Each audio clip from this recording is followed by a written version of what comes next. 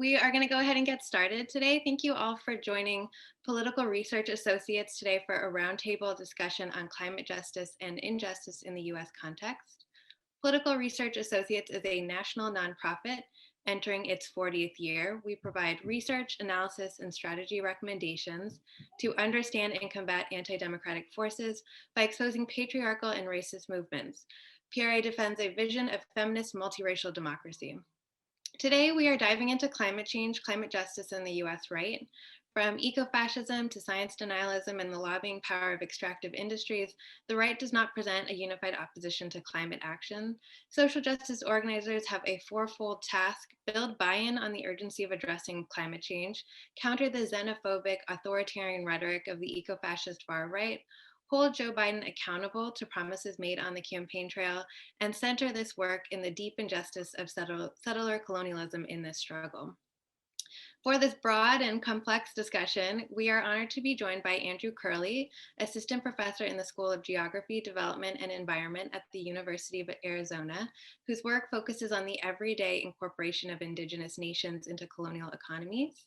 Tamara Tolles-O'Laughlin, an environmentalist focused on equity, access, and community, who was most recently the North America Director at 350.org, where she drove mission-critical work and organizational investments to build a multiracial, multi-generational climate movement.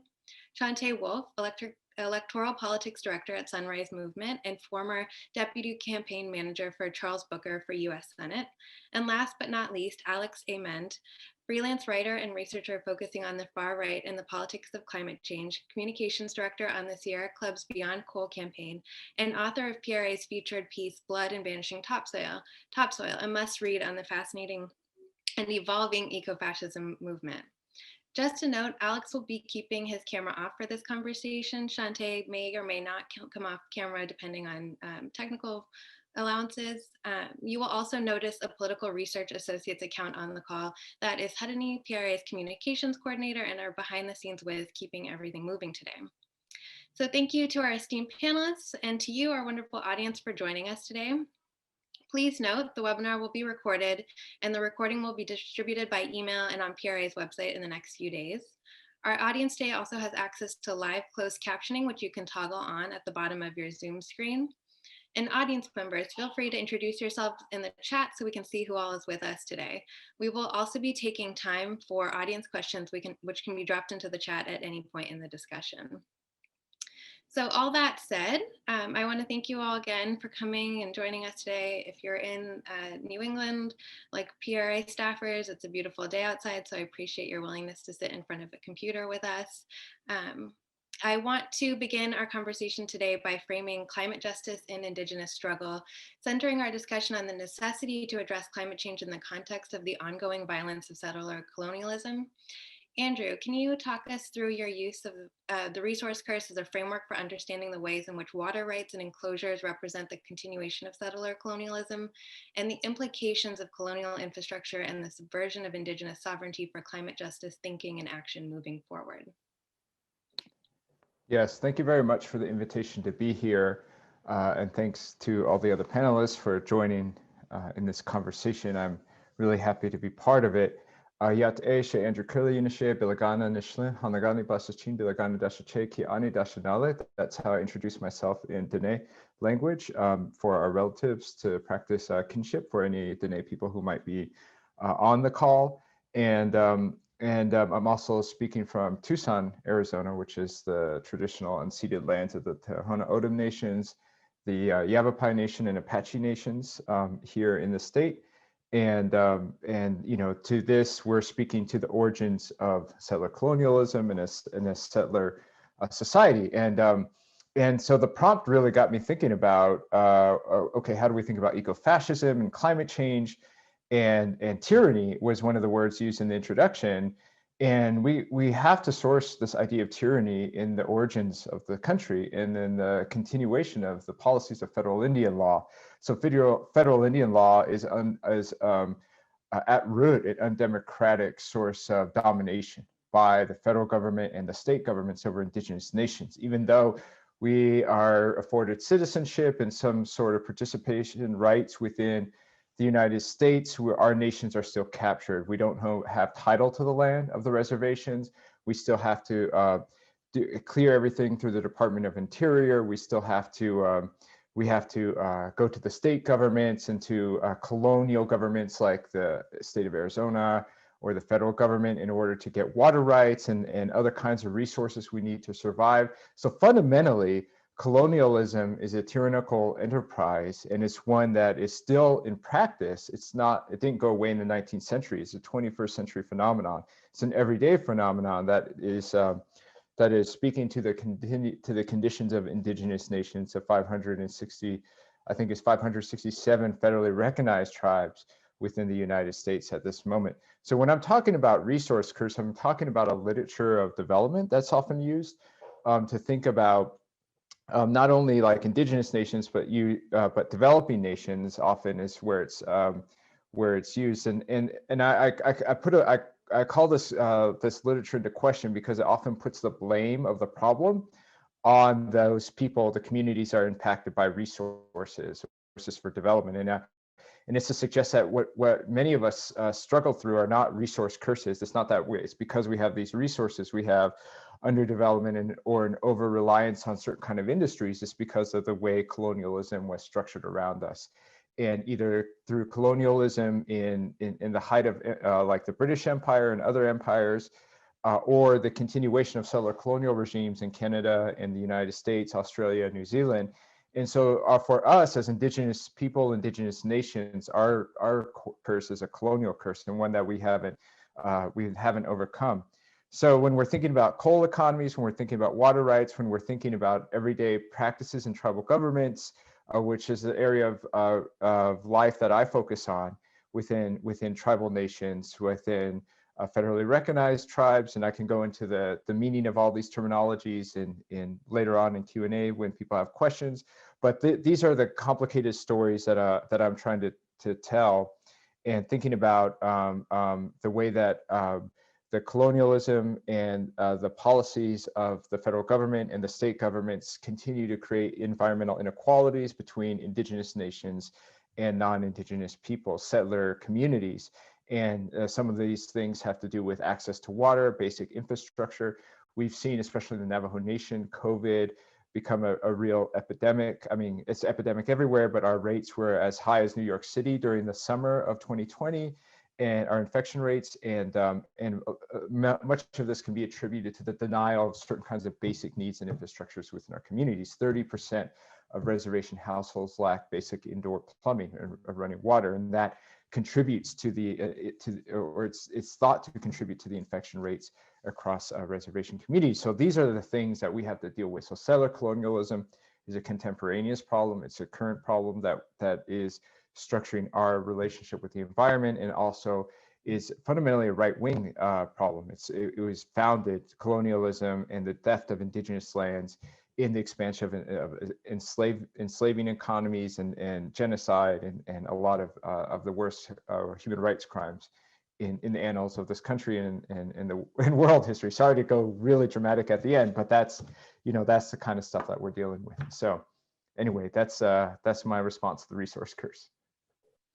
Thank you, Andrew. I know that was a lot to capture in a short time. And I think, ending on a really expansive note, it makes sense for the kind of conversation we're having today. I want to continue in this vein.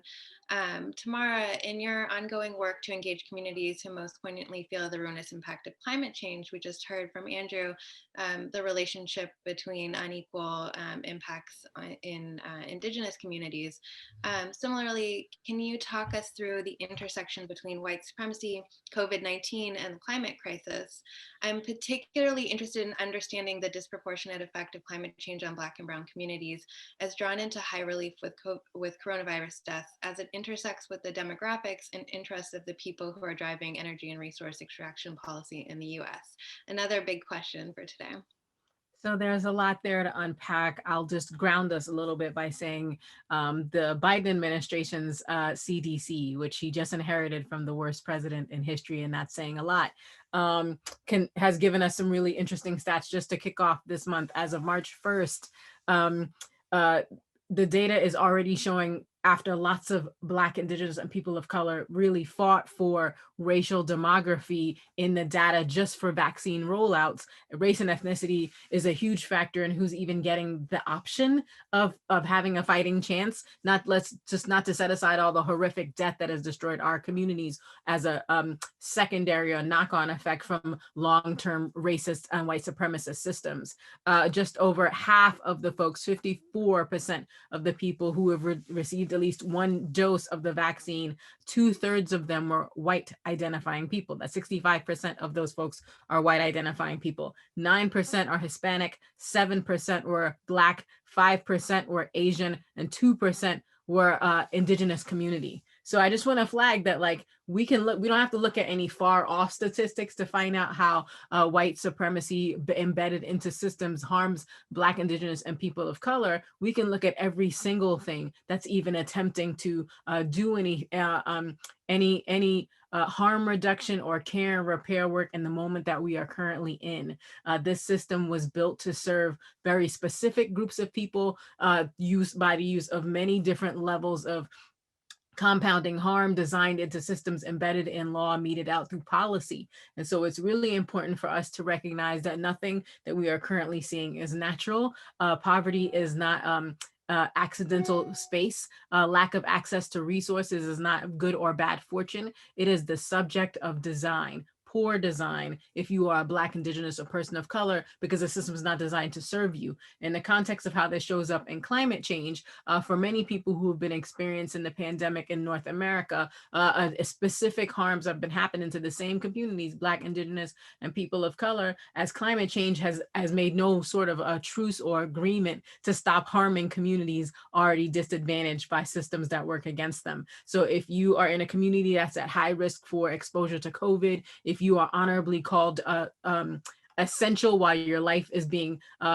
put in a precarious situation to continue servicing people who have a lot more capacity to avoid exposure, you are probably also someone who is facing severe impacts from either a fire or a flood or freezing weather that has come on suddenly. And so we are in a compound crisis of COVID, climate, and white supremacy that is a killer combination for people of color. And we have to look at every single system in this new political moment and identify where the data has failed because it doesn't look at our communities, where the law has failed because it pretends that our resources, our effort, and how we were delivered here has no impact on how we operate in the systems. And we have to design all of our policies to be anti-racist interventions in the system from its own operation and our destruction. Thank you, Tamara. Again, a really grounding statement to start us off today. We've heard from both Tamara and Andrew. White supremacy and settler colonialism are two of the systemic roots of climate injustice in the US. I'd like to shift our focus to some of the movements that embody these systems and take them to their logical conclusions. The recent large-scale mobilizations of the far right, from the Unite the Right rally in 2017 to the January 6th insurrection this year, are stark reminders that far-right ideologies have far-reaching material consequences. For example, in the election of Donald Trump, the war of attrition on civil rights, and the deaths of Heather Heyer, Brian Sicknick, and the victims of racist and misogynist violence. Alex, your work looks at the intersection of environmentalism and the far right, particularly with the eco-fascist movement. Can you talk us through ecofascism, particularly what the movement looks like currently in the United States, and what does ecofascism on the far right tell us about the mainstream right? Thank you, Koki. Thank you for putting us all together. Great to meet you, Andrew, Tamara, and Shante. Good to see you again, and everybody here. So my article, a big kind of point of my piece was focusing on the confluence of two phenomena. Obviously, the worsening climate crisis, which I think everyone in this room agrees is going to become a baseline political fact, and the demographic projections in this country of a majority-minority country that is spun into the fever dream of white genocide, the Great Replacement, these general ideas of race suicide that animate white supremacist movements since the beginning of time. And what ecofascists I want to start small because there's a lot of noise around kind of and challenge in defining what ecofascism is. For me, it's a real core extreme group. It's a fringe. It is not widespread, but it is obviously very deadly, as we've seen in both the attacks in Christchurch, New Zealand, and El Paso, Texas, in 2019. And both of those incidences are, again, I think, outcomes of this confluence. They both had environmental grievances, and then they talked about this idea of the white race under threat. So quickly, what do ecofascists believe? They believe that there's an inextricable link between the health of the white race and the well-being of what they view as their ancestral lands and the environment, that both need protecting, both are under threat. They believe that humanity is subordinate to nature, and nature demonstrates a natural hierarchy which should be obeyed. Naturally, the white race comes out on top of that hierarchy. They reject the kind of man-centered anthropocentric view, placing that in, responsible for the modern liberal society and capitalism, kind of coming from the Judeo-Christian tradition, and often ecofascists embrace kind of a Volkish paganism and other kind of alternative spiritualisms. And that rejection of capitalism is a big one, because they see that as, ruining the white race and the environment via wasteful consumer economies, globalism, and population growth, particularly among the global South, and placing blame on the global South as the true culprits of environmental degradation. And then, of course, behind the modern capitalist systems are Jews, feminists, people of color, and so on. And importantly, it's worth mentioning that this really kind of comes also out of the fascist third position tradition, which was, some people describe, the left wing of the Nazi Party, going beyond capitalism and communism. And as we get further into this discussion, I will kind of talk about how that implicates some stuff that's going on right now. But as I mentioned with El Paso and Christchurch, while it remains a fringe of a fringe, it can be extremely deadly. Kind of lost in the mix, really, just to put into context, the attack in El Paso was the biggest, the deadliest from the far right since the Oklahoma City bombing. These killers fit the same profile as other mass killers that we've seen kind of increasing frequency since 2011, since Anders Breivik's attack in Norway. These are self-radicalizing online for the most part, though they are not. There's a lot of talk of like lone wolf radicalization. That is not really the case here, because there is, through the internet, quite a bit of international cross-pollination going on. And I think it's a really awful irony that these shootings really kind of got interrupted by another type of mass death in this pandemic and the lockdowns. And so I do fear this still kind of picking up once we get back to normal. Importantly, ecofascists are pulling on a long tradition of going back to blood and soil ideology of Nazi Germany, which itself emerged from really the kind of dawn of environmental consciousness in Germany and Europe, and that happened around the same time as German nationalism was kind of activating. But post-war, this has been important for white supremacist propagandists for a long time, but it's just not really come to the fore for analysts until really recently. And for instance, David Lane was one of the most influential neo-Nazi propagandists post-war. He died in 2006. He was a member of the white supremacist terror group, The Order. He is the coiner of the 14 words. He wrote extensively about nature and its relation to the white race and white spirituality. And I want to kind of point out too that, in overlooking kind of how deep and wide this tradition goes on the white supremacist right, there have been much less so recently, but there has been a lot of kind of temptations to kind of say that it is insincere or that it is a ruse or just kind of a way to break into other movements. I think it is clearly a core belief of these actors, of these propagandists. It is not something that they're just doing for the propaganda impact. Quickly again, sorry, I'm trying to run through a lot here, but ecofascists have they have a growing presence online. There's an enormous amount of eco-fascist content online. They've got new symbols, memes, even works of fiction. The main character of my article for PRA is Mike Ma. He came out of Milo Yiannopoulos' kind of entourage back when he was a cause celebre, and he basically has created his own party, what he calls the Pine Tree Party, and has written a novel called Harassment Architecture. And anyways, these are circulating all over Telegram and far-right spaces. And Koki, you mentioned at the very top, the death of Heather Heyer in Charlottesville. It's useful to remember that chants of blood and soil were ringing out in the streets of Charlottesville. The killer of Heather Heyer, the man behind the wheel that drove through the crowd of protesters, Alex Fields, he was actually in the uniform of the neo-Nazi group that was doing those chants and that had a website that was bloodandsoil.org, I believe. And then, just quickly, the influential kind of intellectual, if you will, white supremacist publication Countercurrents. They celebrate Earth Day every year. A couple of years ago, journalists uncovered that one of the founders of the neo-Nazi terrorist group, Adam Wathan, was a former member of Earth First.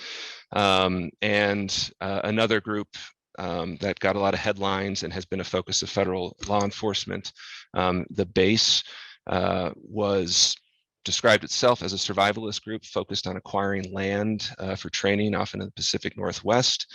And that kind of plays into the historical efforts of white supremacists in this country under what they call the Northwest Imperative to establish whites-only kind of colonies in the Northwest, away from the federal government and away from multicultural urban centers.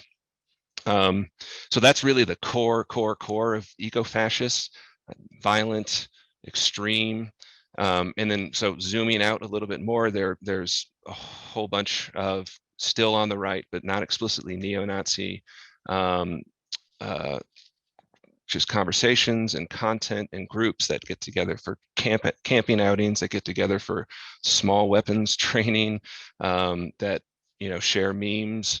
I've documented on Instagram, for instance, a company that makes chest rigs to carry rifle magazines, who uses the symbols of that, like Mike Ma and pine trees. And there's a whole subculture here that, getting into eating raw meat and drinking raw milk, weightlifting, growing your own food.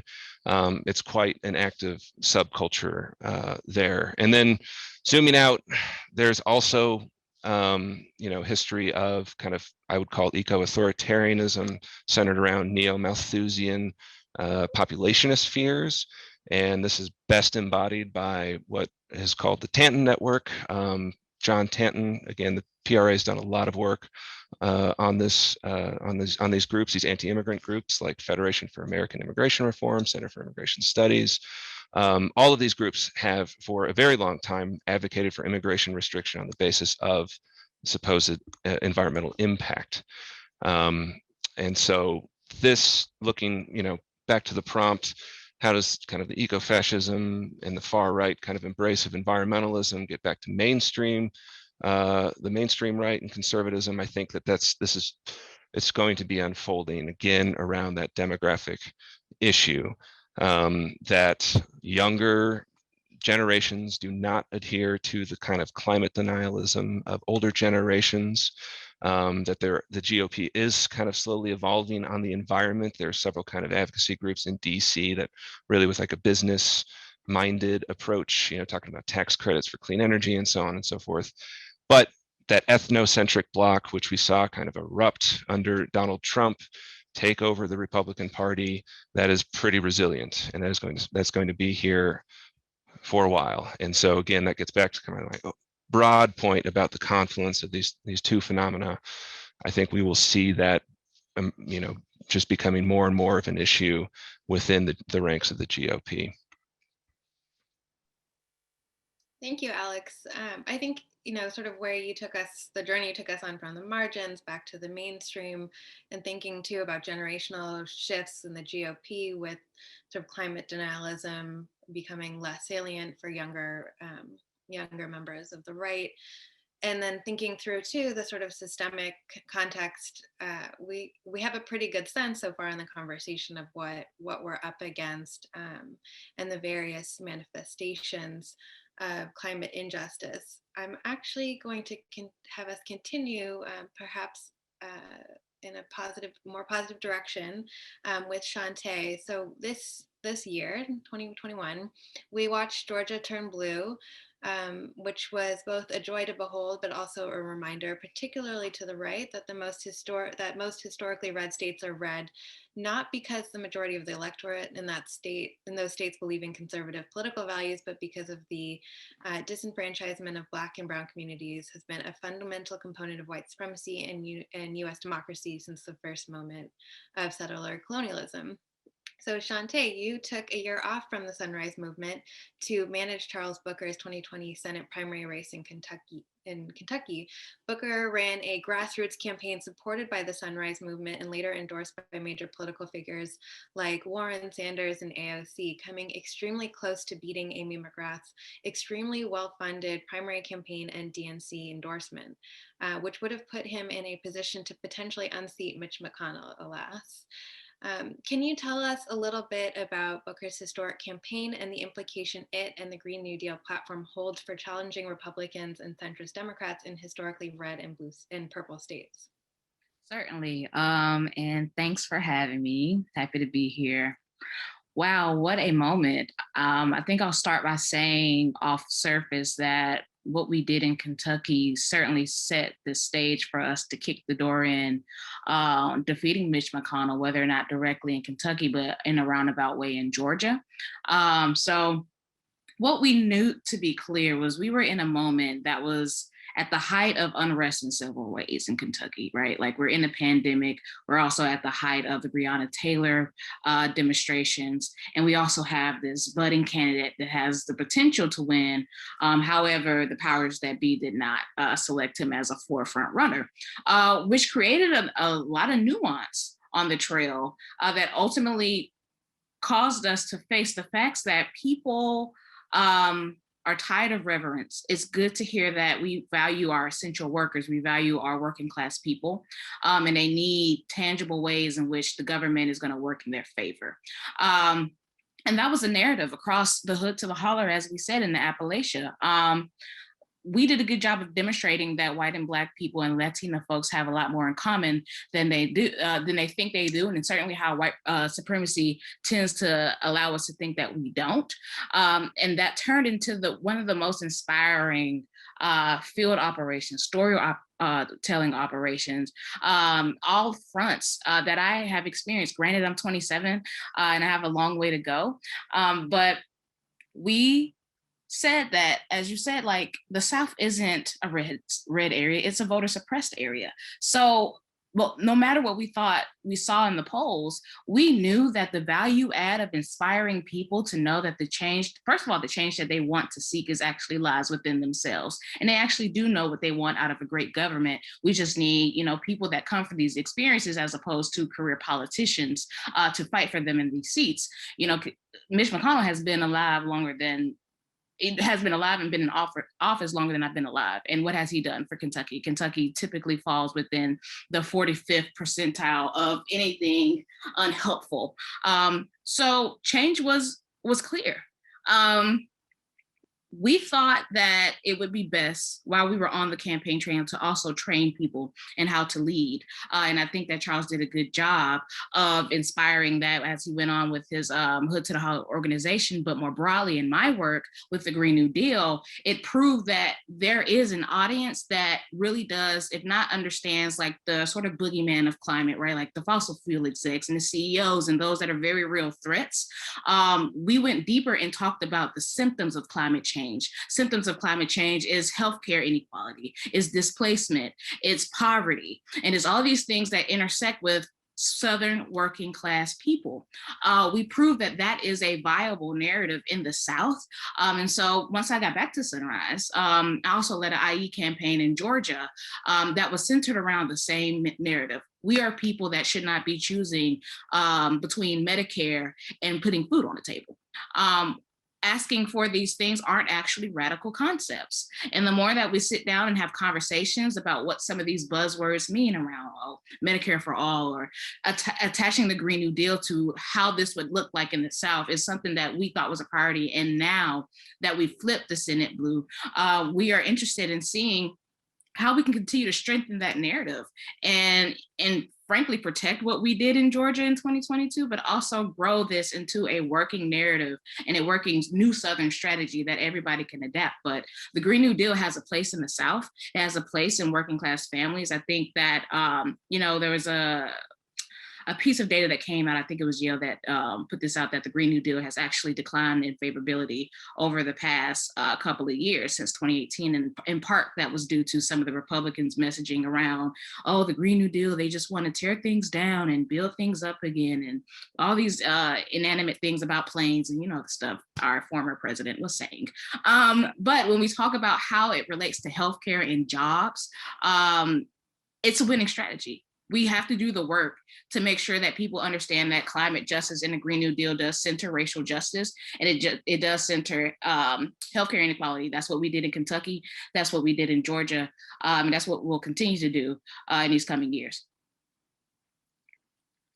Great, thank you, Shantae. I think that's a great way for us to pivot our conversation to thinking a little bit about future strategies and narratives that we as strategists and movement folks can construct.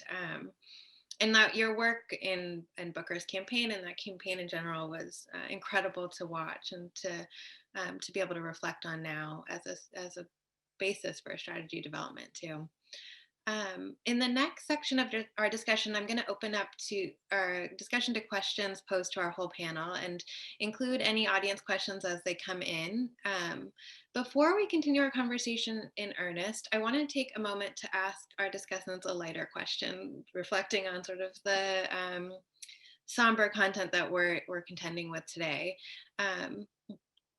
Bear with me, it's a kind of a bit of a departure from PRA's typical modus operandi, but I would love to hear from each of you. What is one really interesting aspect of what you research or strategize around your post-pandemic cocktail party talking point? What is one fact, theory, or scenario that may be novel information or particularly compelling to our audience today? And I'm going to start with Andrew. Thanks for the question. I think I've written a lot about or thought about and written about this dystopic environments that are created by the colonial infrastructures and legal institutions around and within indigenous communities, especially when we're talking about extractive industries and more to point lately, water rights and access to water in the Southwest and the Southwest region. And one thing that has changed recently that has been kind of underreported and to which we don't know the complete significance is Arizona changing its water laws, and it's changing its water law away from this. It's still a quantification scheme, but it's moving toward moving away from this use it or lose it principle within Western water law, which means that if you don't use all of your water that you have gained a right for through the water code in the state, then other people that have access to that same water system can claim that water use. And so what that does is it incentivizes wastefulness in water, and it's been long critiqued, as a wasteful feature in Western water law. And Arizona has moved to eliminate that from its water code. And so that's interesting because these are tenets, these are features of water law that seem to be chipped into stone almost within the West, and they're also completely unsustainable and create the conditions for a bad future for everyone living in the region. And the fact that we're having this kind of change and then people in the state, you know, new members, new people in the communities are interested in fundamentally changing the nature of water rights and water law and water distribution to be more equitable, to be more sustainable. I think this is a basis, a seed for a future conversation for policy and action, and so both of those things kind of working in tandem. And so that, you know, that one little nugget of information that I saw like go across my Twitter feed over the last couple days, I mean, I think there's a lot of potential there and a lot to think about and unpack. So that's one kind of factoid that I think it goes to your question. That's great. It sounds like a powerful factoid too for future action. Tamara, what is your cocktail fact? Yeah, my favorite is that 1 in 4 of us will be climate refugees in our lifetime, if we aren't already. Fires are already moving us. Mold is already displacing us. Cold temperatures are already taking us out of our natural environment and shifting what we grow and when we grow it. So it's a really short and potent thing, because you're often in a room, even in, you know, these Zooms where it's happening, you know, there's more than 4 of us here. And so 1 in 4 people will be impacted in your lifetime by this thing that is already upon us is pretty short, sweet, and to the point, and it feels like it represents so much more research into the harm that's already happening, so that when people push off conversations about what we need to do to adapt, how much of our stewardship principles we need to try to remember and how quickly we can do it, it snaps people into intention. And it's also easy to say in between, you know, a theoretical, you know, martini. You can say it really quickly. Is that in the US, 1 in 4? Yes. Yes. Wow, that is a fire under your butt, so to speak. Alex, what is your cocktail fact? Yeah, I thought it'd be a pretty kind of be a downer at one of these cocktail parties with my subject here. But no, something that I've been really thinking about is you know, the amount of land that we need in order to build clean energy, large scale renewable projects. Kind of ballpark figure is equivalent to the area of the entire state of Colorado. We've got to scale up massively, right? And what we already see kind of in my work at the Sierra Club, right? Quite a lot of NIMBYism activated, concerns over view sheds, right? And then like all sorts of random conspiracies about cancer or, you know, bird kill-offs. But what I'm, you know, trying to think through this, the lens that I was kind of talking about before, is that this perhaps provides quite a bit of opportunity for the far right to organize around, because we're seeing, you know, still, I mean, I totally agree with Shantae's point about, you know, the South being a voter restricted country, you know, part of the country, not a red part of the country, but there is truly a deepening urban rural divide, you know, in our polity. So what does that look like? We need all of this land for large scale renewable development. It's going to be in the backyard of rural communities. And, you know, it kind of just already maps over the kind of threat and enemy kind of frame, in the sense that, you know, you're coming in, destroying my land in order to power, again, multiracial cultural centers in urban environments, and sending the power there. They're truly the ones who are, you know, ruining the environment, not me and my rural community. So, and then of course, if that were to really take off, and I think there are a lot of fossil fuel companies who would love to, you know, put money behind those efforts, right, then that's just going to make it even more difficult for us to decarbonize, lock us into more warming, and the picture just gets worse from there. And then at that point, I get kicked out of the party. Maybe not a party of these folks. That's interesting, Alex, especially in the context of settler colonialism, to think about the amount of land that is needed, and, you know, what the implications are there, and the land already being very much a contested, unceded question in the U.S. Shantae, will you or will you not be kicked out of a cocktail party with your fact? Well, if Alex is going to get kicked out, I'm going to leave with him, first of all. But I think my cocktail would be despite the high number of young voters that turned out, there was also a flip side of that coin. That was an extreme number of high youth turnout for Trump, um, which makes me wonder why. I have some theories. I think, the job promise is certainly one that may have caught them, also just straight out white supremacy or wanting to be aligned with that as much as possible. But it's certainly, commendable, of course, that we have youth turning out, but we can't go to sleep on this demographic, especially if it's not clear what's attracting them to such right wing policy. That is definitely an intriguing fact, and certainly I imagine particularly relevant to Sunrise Movement's work and orientation to generation. Yeah, I mean, I think we would have a pretty glum cocktail party on our hands, but definitely one to give us a lot of motivation to keep going in our work. On that note, before we start talking about what's next and ways forward, I'd like to spend a few minutes together evaluating Joe Biden and his administration as agents of climate action.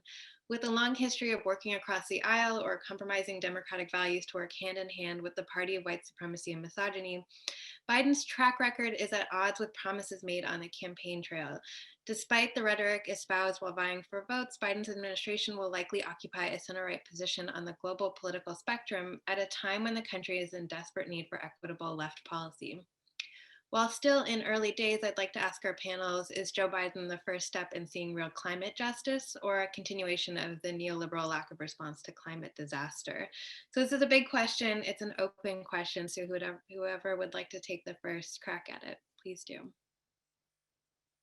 I'm happy to just say, I think what we're currently seeing from the Biden administration is the end results of lots of organizing work. These are early days. This is the beginning of the beginning, as one would say. We're not even at the middle of the beginning.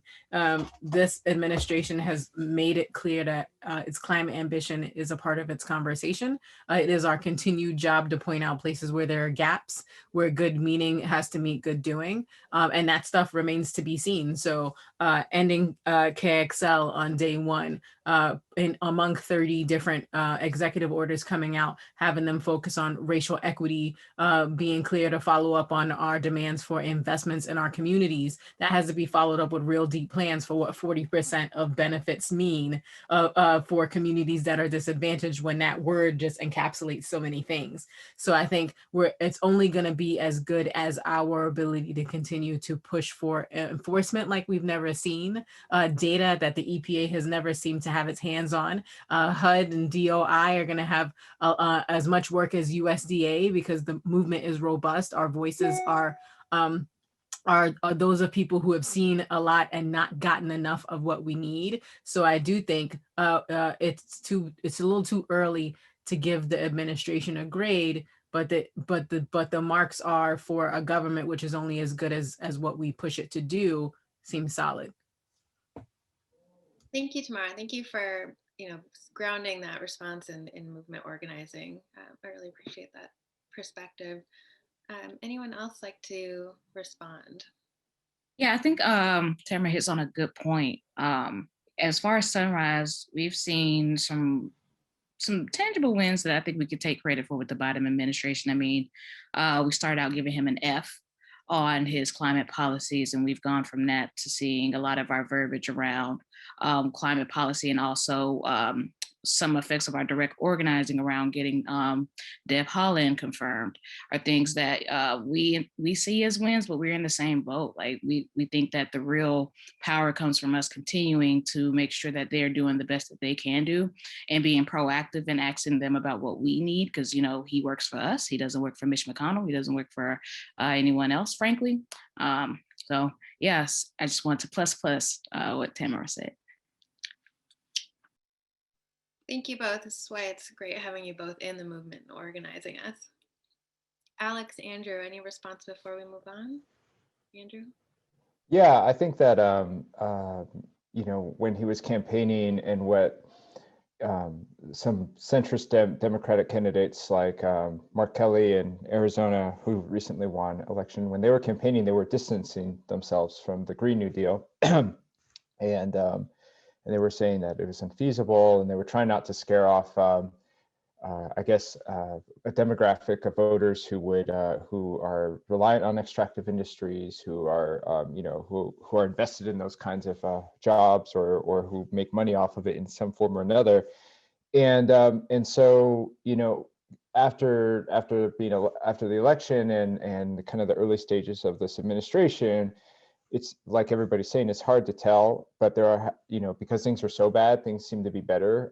Certain kinds of like executive actions were taken to stop permitting of oil and gas in Arctic National Refuge. I believe that happened early on, and the nomination of Deb Haaland is one that is of importance for Indigenous people. Because the Secretary of Interior is in charge of all Indigenous lands. It's really an absurd situation, and one that is, going back to that issue of tyranny. But for so many decades and generations, it's been a primarily white man overseeing, what we do in our own communities that we've lived in for centuries. So it's been really a terrible situation for Indigenous peoples to have a woman Indigenous leader in charge of that is somewhat optimistic, but those power structures are still there, and that she's being confirmed on the condition that she'll continue extractive industries. That's the condition that the Republican senators are really pushing in the confirmation hearings, and why some of them are hesitant to confirm her. And it's really this crazy scenario where they are speaking against a first Indigenous person over the Department of Interior, so that they can continue to have exploitative and extractive relationships with the earth and the environment, right?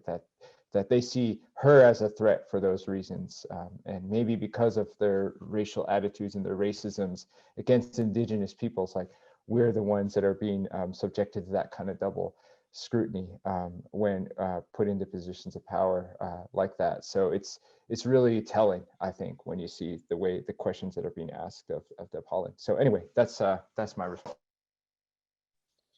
Oh, Alex, did you want to chime in? Yeah, I would just say that what concerns me, again, from the vantage of looking at far-right movements, is kind of the national securitization of climate under Biden, right? With John Kerry coming in as the national security envoy for climate change. And to kind of push back a little bit around the issue of so-called climate refugees, right? I think the verdict is still very much out on that. There's a lot of very dramatic estimates out there about climate migration. However, like the study of migration is very complex, and people migrate for a whole variety of reasons. And I think I've seen some research more recently about, I think to Tamara's point, that there's a lot more migration that happens within countries. However, the specter, right, of global South fleeing into northern countries, that is the script that plays right into the hands of the far right. And I think that the national securitization of it, that Biden, again, the Democrats, this is how they come across as tough and serious, right? This is both Biden and Kerry voted for the Iraq War, and they're still leaders of the party. This is how they prove their seriousness and their toughness. John Kerry sat on a panel with the author of that big bombshell New York Times Magazine cover piece on climate migration.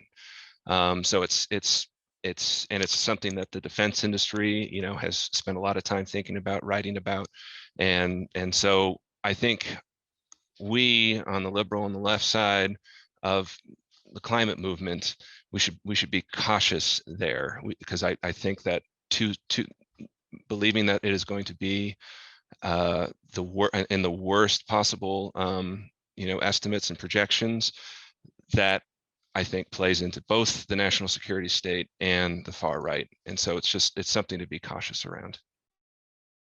But before we land on too much civility when it isn't necessary. I'm just going to flag that I think some of the things that we might determine vital statistics and facts are going to be buried under other kinds of problems. Folks who have moved from the U.S. Virgin Islands to Texas, which is now the epicenter of what's happening in the Permian Basin, are all folks who've been moving because of climate and not particularly determined to be climate refugees because of what fossil fuels have already done. So I think the question is whether or not we're going to call the autopsy for the harm on the specific issue that caused the immediate death, or the syndemic or the multiplier of causes, which are the conditions, enabling conditions for destruction of entire communities. Folks in Kivalina sued in 2008 ExxonMobil for $89 million for having to be moved then. Will they be counted in that number as climate refugees? Given that the Juliana 21 is holding a lot of space for some of that conversation now, as Baltimore and every other state in the union is actively looking at how they will capture the harm that falls inside of our borders. I do think the war games are being predicated on this idea that where you belong, your citizenry, your paperwork will be a determinant of whether you live or die. And so part of the signifier in having the climate change become a public part of the National Security Council conversation is there should be a red flag to lots of folks, even though plenty of folks have been flagging this for a long time in the pro-war and anti-war communities, because it makes it difficult to do all kinds of planning. So I'm just flagging that I think that number might end up being more conservative than we imagine. Not that Alex and I are particularly in a disagreement. Thank you, Tamara. Thank you, Alex. I think a good bit of back and forth always makes these conversations more engaging and gives us more food for thought to leave with. I am going to pivot us to brighter futures, maybe an impossible goal in the next half hour, but definitely really interested in hearing from all of you what your priorities are for the implementation of climate justice in this country. What are some of the concrete steps that you could see organizers pushing for, the state taking to see real justice? And also, Tamara, just flagging that Tracy Lewis asked you, could you talk a little bit about how we plan to address the issue around climate refugees and displacement of jobs and housing? So when you're thinking about your priorities, if you could also address Tracy's question. Who would like to start us off with a vision for the future? I'll take that pause and jump in. One, because this is what I do. Like the present sucks, so I got nothing but time to build a vision. I mean, I love my COVID accommodations. That's not the point. What I want to flag is that the problem that we're experiencing, even in this Biden administration moment of glow, like this is the honeymoon, everybody, no shocker, is the fact that we got so many things that we asked for right out the bat. That's because the number one thing that it takes to build a government is to have one. And so whilst the people are feeling the glow, folks are digging out the government to try to find any pieces, doorways, windows, documents, all sorts of things. The vision of the future that we need is one where there are Black, Indigenous, and people of color. And that's not something that's necessarily built into our current trajectory without a lot of interventions coming from those same communities. So my vision for the future involves fossil fuel nonproliferation becoming as real as nuclear nonproliferation, us coming up with a global registry that weaponizes the information on all the stranded assets that are left all over the world from this fossil fuel empire so that we don't become stranded assets, pushing for climate reparations that shows up in the global space as loss and damage because people are effectively being moved or constructively evicted from their homes, their communities, and their nations as a result of the endless reign of fossil fuels. If only we had listened to George Washington Carver and did more with those peanuts than eat them. I also think in terms of things I'm envisioning, it's having to have an old world farmers revolt. 5 we just got a lot of money into the hands of Black farmers, of communities who have been left with nothing but debt. It's only a drop in the bucket of what folks are facing. What are we going to do? Our vision as far as agriculture involves two roads, and we're in the fork right now. On the plus side of it, we can empower folks to grow what they love in places that they live with the information they have, or we can force them into cash crops, make their work into commodities, fail to give them insurance for what climate change is already doing to them, and give them the opportunity to make more money shorting themselves in the stock market than growing their food because of false solutions in the carbon market. So I do think we're at a crossroads in a lot of different places. And my hope is that we will get and give reparations, that we will get and give information about the harm that's already happened, and that we will get and give people the right to grow food and pay them to do it because we need it. Thank you, Tamara. Those are some seriously good plans. Let's see them come to fruition. Who would like to jump into this conversation? Yeah, I'll go next. I think I'll say ultimately, my vision is to see a world where we spend a lot less money on the damages of not caring for our communities and our climate, and addressing that head on by making sure that the climate conversation is not a monolith and it's not singular to the previous demographic that the conversation of climate change is normally addressed to, which is, white, middle class, and or young people. Climate change impacts different communities differently. And not only do I think that it's time to take that head on as a part of anti-racist work within climate communities, but also being a lot more rigorous around paying attention to electoral cycles outside of the big wig cycles, outside of like the presidentials. Like, climate change can also start at the local level from the ground up. And I think in order for us to get the wins that we need, we'll have to do that. So my vision is us, implementing climate change on every possible level, from public service commission to the school board, and so on and so forth. Thank you, Shantae. I think that sort of cohesive, comprehensive approach is going to be key. Absolutely. Andrew? Yeah, I think getting Joe Biden elected. No, I'm just kidding. That's my vision for the future. It stops right there. I think I just want to echo. I mean, my focus is on like understanding certain things and understanding histories and power structures. And when I look towards visions, I look towards the work of other Indigenous actors and other Indigenous movements, and there's so many out there. And there are articulations of the problems, and their solutions to the problems are really in depth and thoughtful and optimistic, and give us a pathways forward. And so, I'd like to draw our attention to like the work of the Indian Collective and this Land Back campaign, and putting together a manifesto of thinking about settler colonialism as something that needs to be dismantled in order to get to this place of climate justice, in order to get to this place of ending white supremacy and returning indigenous lands back to indigenous peoples. And then you can think about that as a climate change mitigation strategy. What happens when you return treaty lands? This is something that offsets carbon emissions because of the fact that we have philosophies and governing practices around land care. And then my relatives and comrades at the Red Nation, who have put forward a three-part proposal called the Red Deal in response to the Green Deal, which is being made into a book that'll be available on Common Oceans Press soon. And so that, theirs is similar to the Land Back campaign, but talking about, ending imperial borders and ending incarceration, and thinking about healing bodies, as a form of healing our land. And it really gives us a template for a vision forward. And then, when I'm looking in the Navajo Nation, when I go back, there's a lot of people on the ground that are doing food sovereignty work, that are trying to revitalize traditional food systems and move away from monoculture crops, and to alleviate health impacts from diabetes and from these heavily processed foods.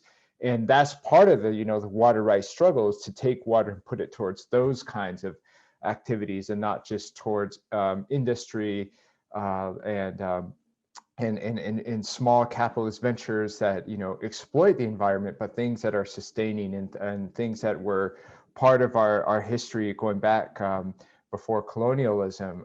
And so those are the things that we need to recapture as indigenous people, and to teach other people who live on this land now, how to take care of this continent, because we've been here for many years and we've developed relationships with the land and all of its non-human kinships, animals and what have you. And so, those are kinds of things that are philosophical. Those are the things that are part of our traditional laws. We have them codified in tribal government laws. They're not just things that are like, will end up in a Disney movie, but they're actually existing practices among indigenous nations.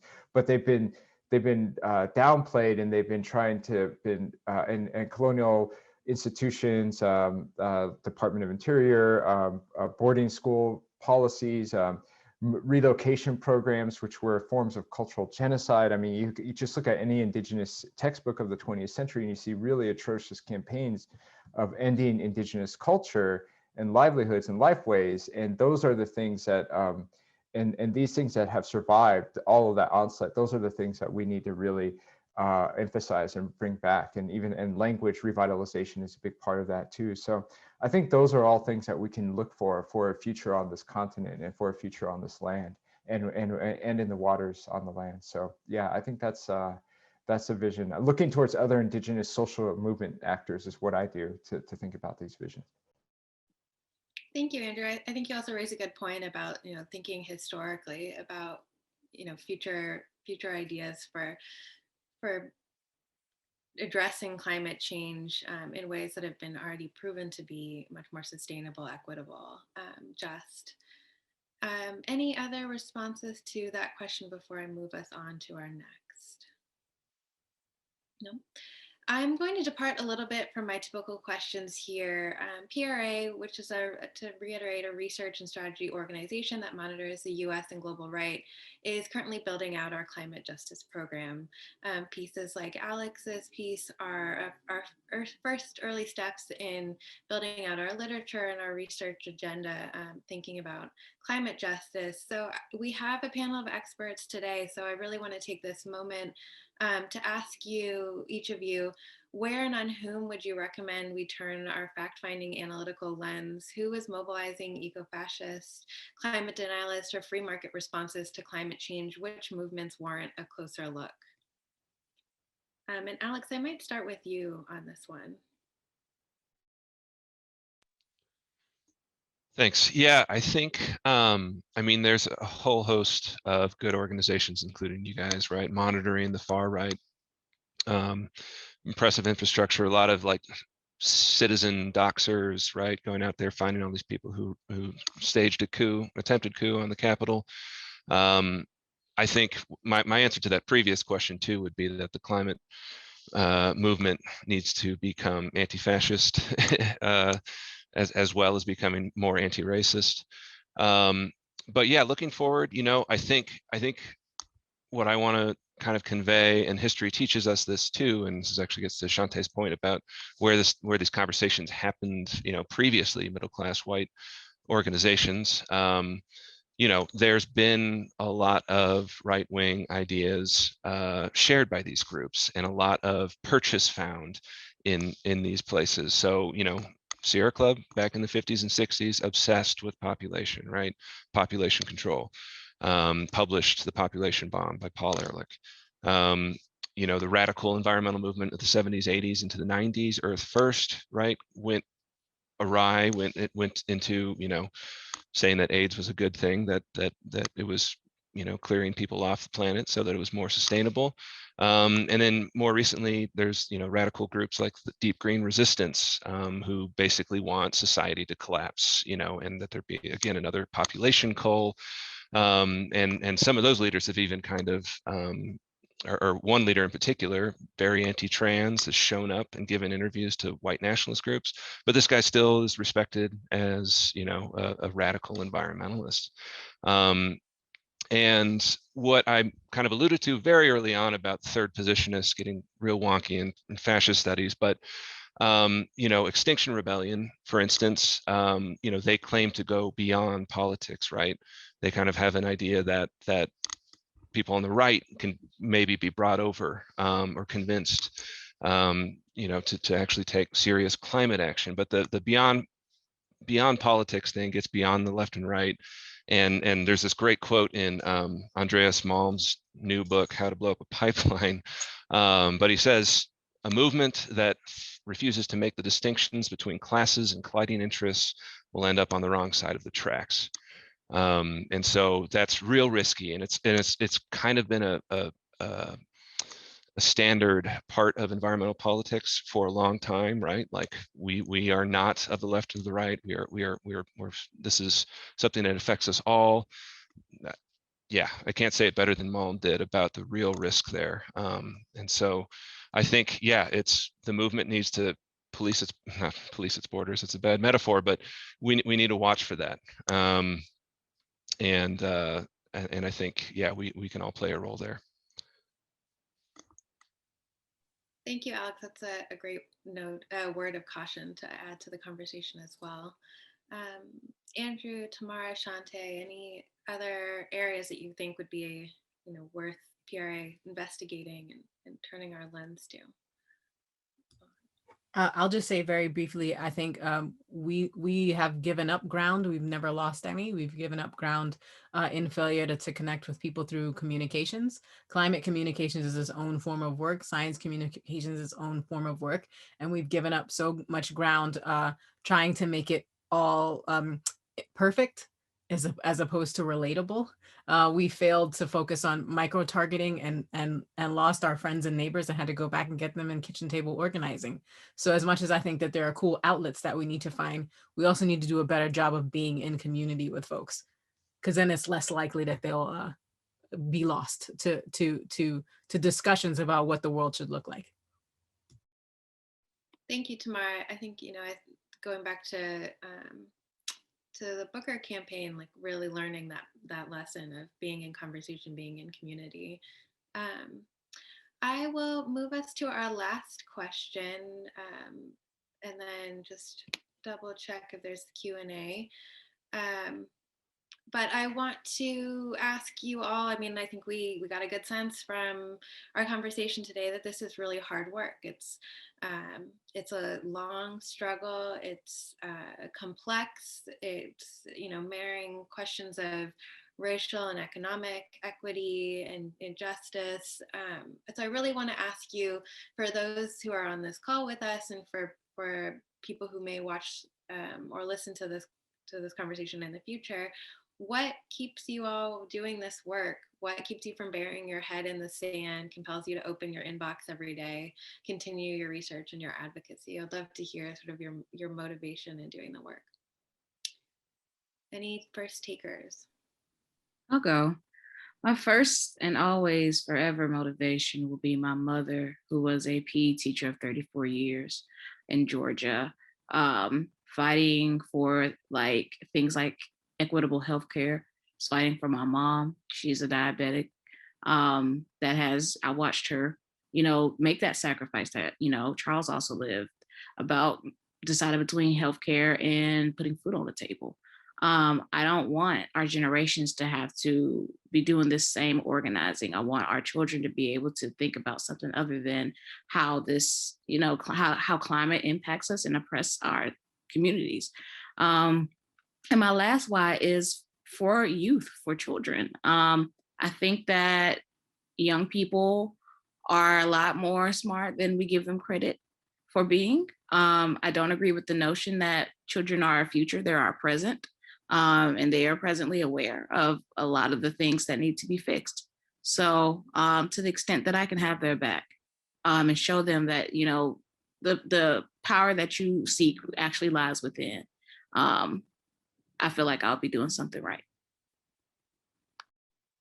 Thank you, Shante. I think that's a unifying thing that keeps us all going in this work.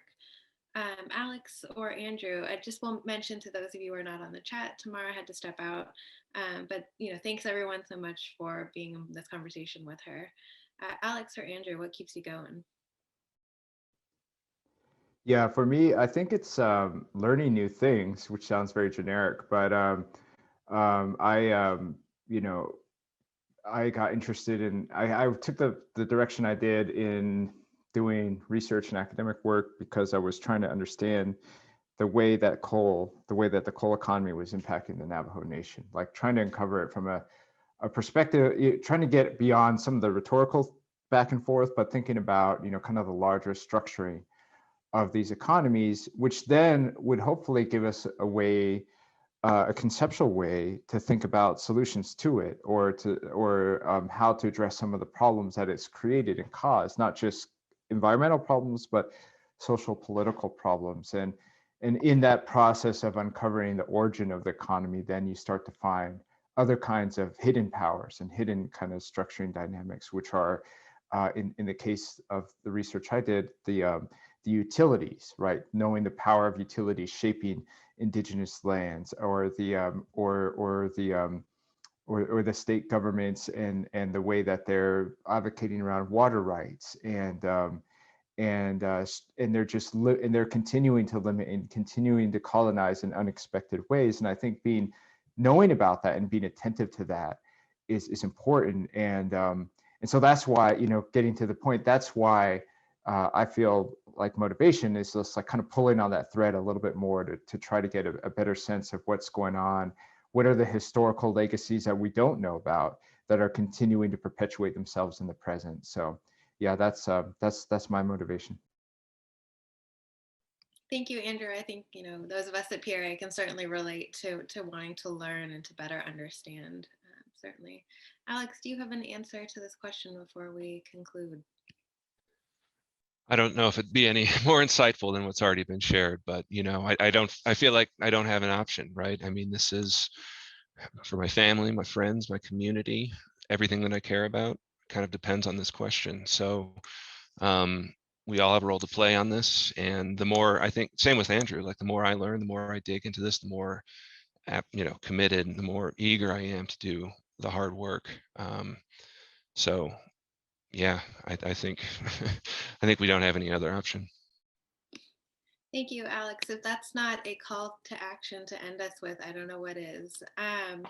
Thank you all for this conversation. This was really, really engaging, really interesting, really motivating.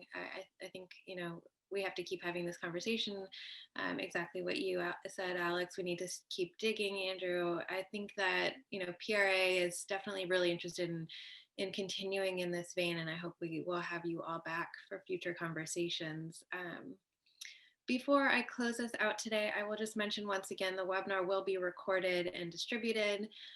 Today's discussion was the first of our 5-part spring webinar series, so stay tuned for future conversations ranging from trans liberation to reproductive freedom to the politics of precarity. There will be one every second Tuesday of the month until June or July, whatever the math is that adds up there. And we hope that you'll join us for that. And I want to say thank you again to those in the audience and to our wonderful panelists, Andrew, Shante, Alex, Tamara. This has been a really great conversation.